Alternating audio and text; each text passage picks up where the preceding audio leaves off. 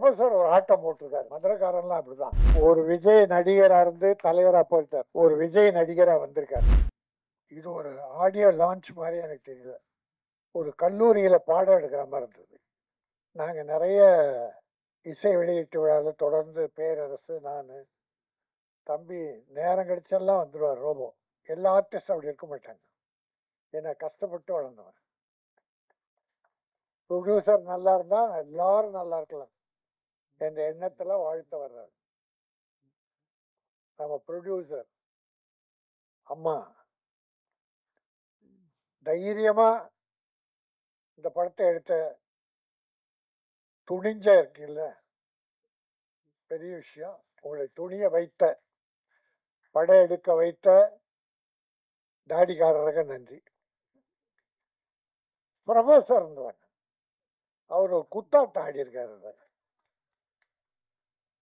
Professor ஒரு ஆட்டம் போட்டிருக்காரு. மதுரைக்காரன்லாம் அப்படிதான். டைரக்டர் ஒரு ப்ரொஃபசர், அவர் பாடம் நடத்துறதுல இருந்தே பார்த்துட்டோம். அற்புதமா யாரையுமே விடல, எல்லாரையும் வாழ்த்தினார், எல்லாருக்கும் நன்றி சொன்னார். இந்த படம் நிச்சயம் வெற்றி பெறும். ஏன்னா ஒரு விஜய் நடிகரா இருந்து தலைவரா போயிட்டார். ஒரு விஜய் நடிகரா வந்திருக்கார். தம்பிக்கு எல்லா பொருத்தமும் இருக்கு. அந்த விஜயம் ஆரம்பத்துல இதை விட இவ்வளவு நல்லா கூட இல்லை. நாளைய தீர்ப்பு சுமாராக தான் இருப்பாரு. ஏன்னா அப்புறம் ஒரு இந்த தம்பிக்கு இன்னொரு 4 படம் வந்து வச்சுங்க, அப்படியே உருவே மாறிடும். இது இயற்கை, சினிமாவில் இயற்கை. பாட்டு ஒரு பாட்டு கேட்டோம், ரொம்ப நல்லா இருந்தது. குத்தாட்டம் ரொம்ப நல்லா பண்ணியிருந்தாங்க. அப்புறம் இது இளைஞர்களின் கூட்டம். இளைஞர்கள், மதுரையை சார்ந்த அதிக இளைஞர்கள் சேர்ந்து ஒரு படம் பண்ணியிருக்காங்க. இப்படிப்பட்ட டீம் வந்ததுன்னா சினிமா இன்னும் நல்லா இருக்கும். சினிமா பெருசா வரும். ஆனா வருவீங்க மதுரைக்காரவங்கள, வருவீங்க. ஏன்னா உங்ககிட்ட ஒழுக்கம் இருக்கு, முயற்சி இருக்கு, திறமை இருக்கு. அந்த திறமையை நம்ம அந்த ஷார்ட் ஃபிலிம் மாதிரி நமக்கு காட்டின ஒட்டுமொத்த படத்தை பார்க்கும்போது அதனுடைய முழு உருவம் தெரிந்தது. நான் அது எல்லாம் வழக்கமான குத்து வெட்டு படம் தான் பார்த்தோம்.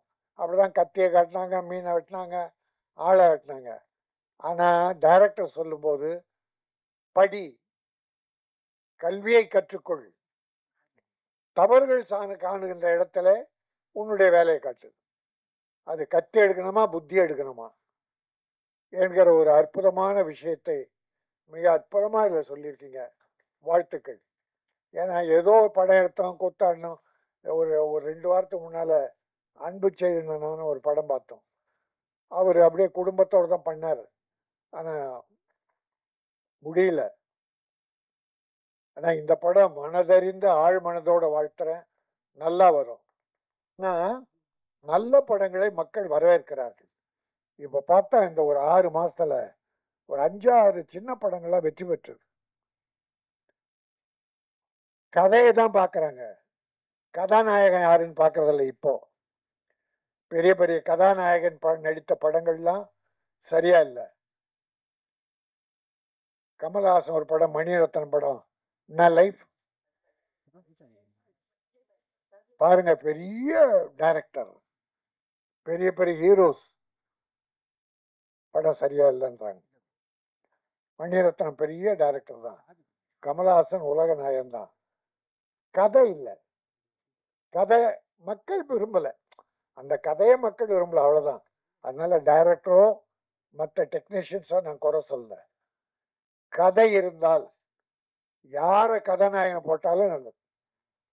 இந்த மாதிரி ஒர்க் அவுட் பண்ணணும். ஒர்க் அவுட் பண்ணா நிச்சயம் மக்கள் படம் பார்க்கிறார்கள்.